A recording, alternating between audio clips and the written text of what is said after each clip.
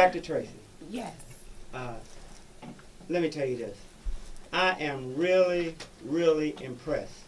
Thank you. With you are local. Yes. Bedford High. Yes. Went on to college and you just did it all. Tell us a little bit about yourself. You tell me. Well, I'm born and raised in Cleveland, grew up in Bedford, still very active in the community. Wanted to help the community and practice in the community, so my offices are located where I grew up. So I have a lot of patients that I went to school with. I'm actually treating their children and their grandchildren. It's just a wonderful thing. You know, I started out just wanting to help everyone, and then I had a rotation and I fell in love with dermatology. And I fell in love with dermatology because this is one practice where people actually want to come and see you. People are seeking improvement of their skin for their inner well-being. It helps them to feel better.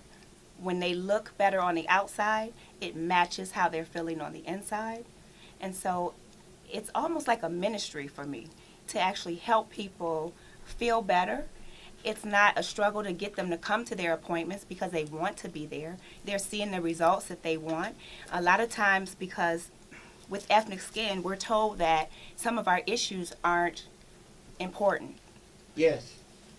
Or it can be brushed off as, this is just skin discoloration, you know. It'll go away, it takes time. But that's one of the main reasons that I see most of my patients is because of the discoloration, and that really bothers them.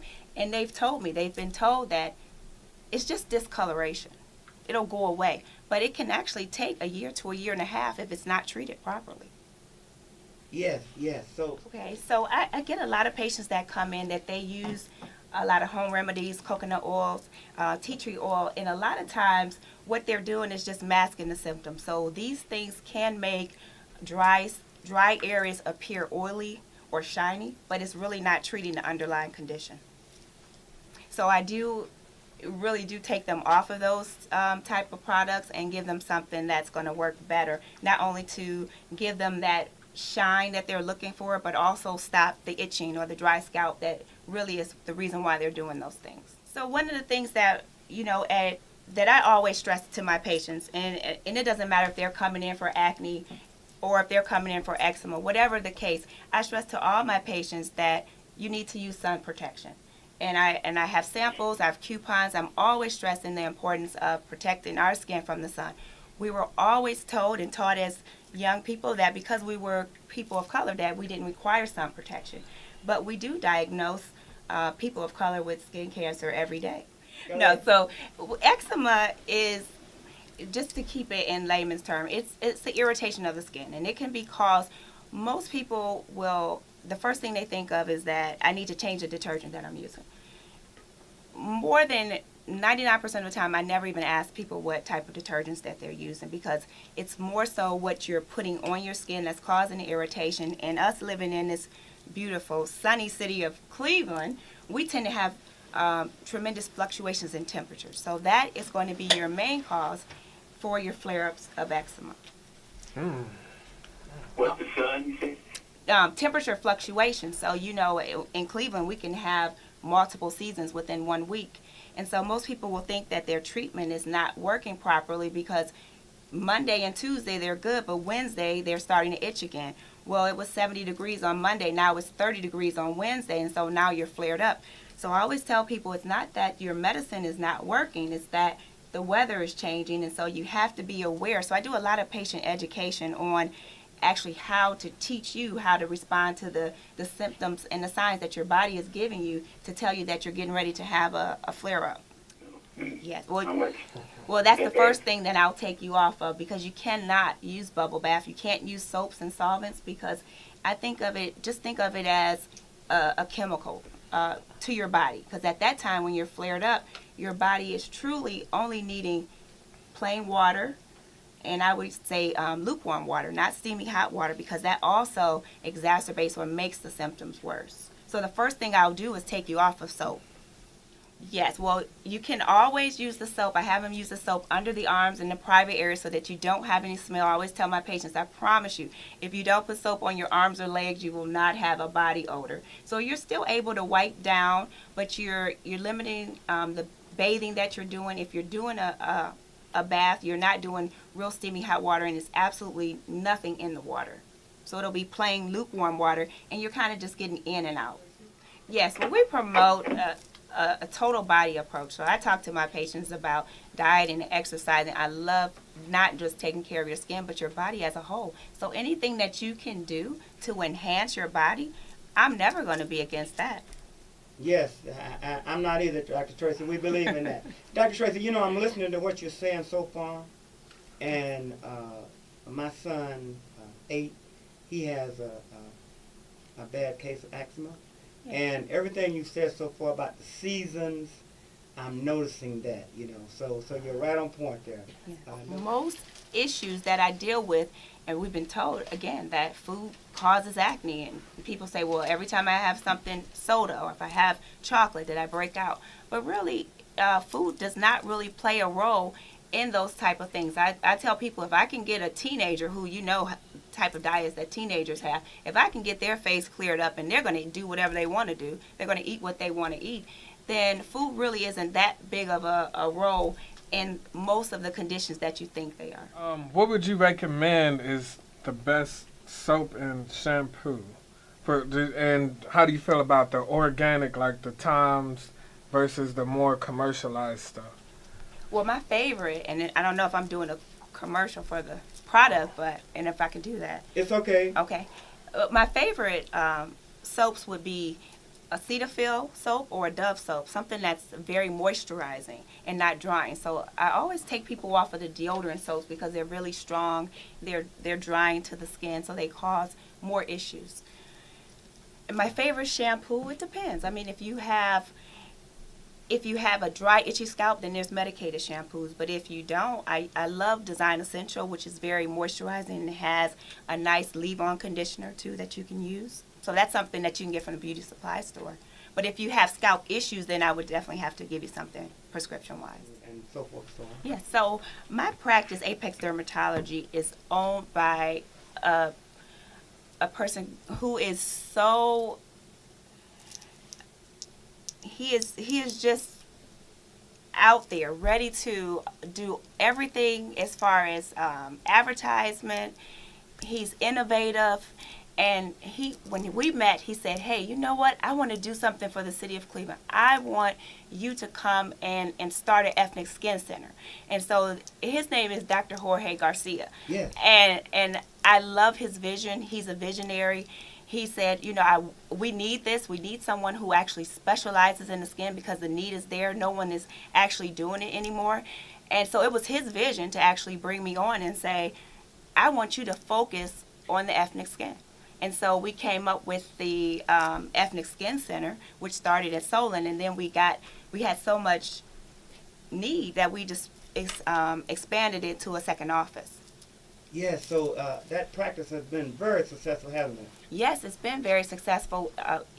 Dr. Garcia started out with just one office in Concord, and now within 3 years of opening Concord, we have 5 office locations. So we have office locations in Hudson, Parma, Solon, Mayfield Heights, and in Concord.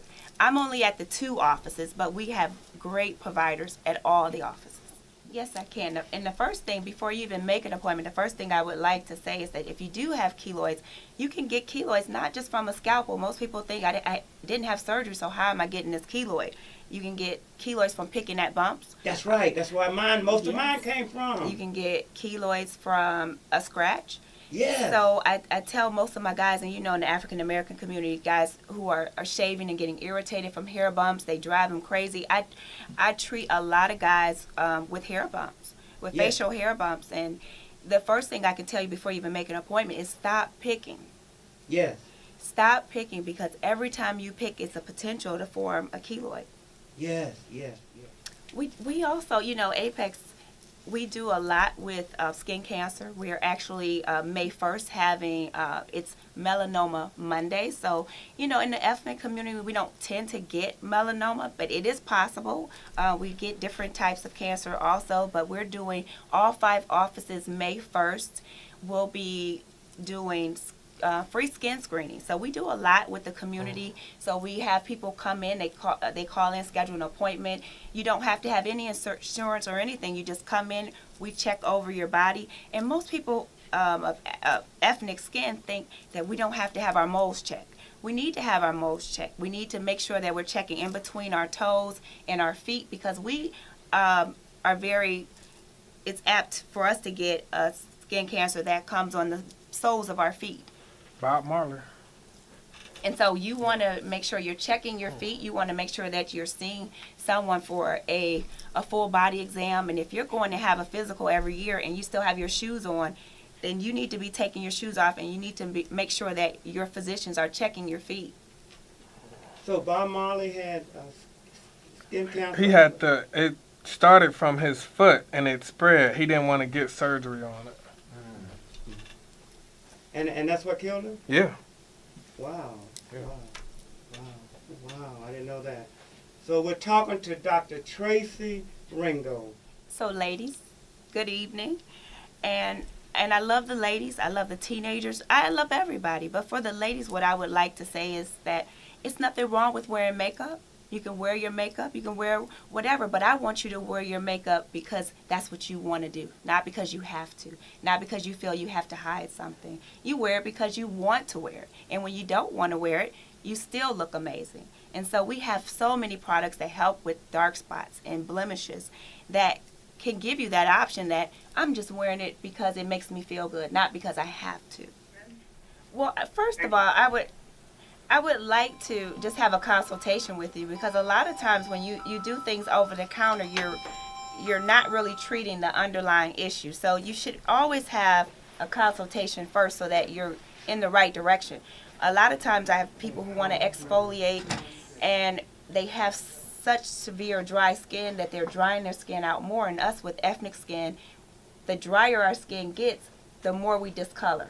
And so most of the issue is more moisturizing versus doing things that would dry you out. So you would absolutely schedule an appointment with me, and so I could point you in the right direction and we could come up with a plan. I have a Thank you very much. and I have a text from the 314 area code. What is good for Sudo Folliculitis? Sudo Folliculitis, Barbie, All right. is the condition that most men, ethnic men, deal with, and that's the razor bumps. So that's the medical term for it, Sudo Folliculitis, Barbie.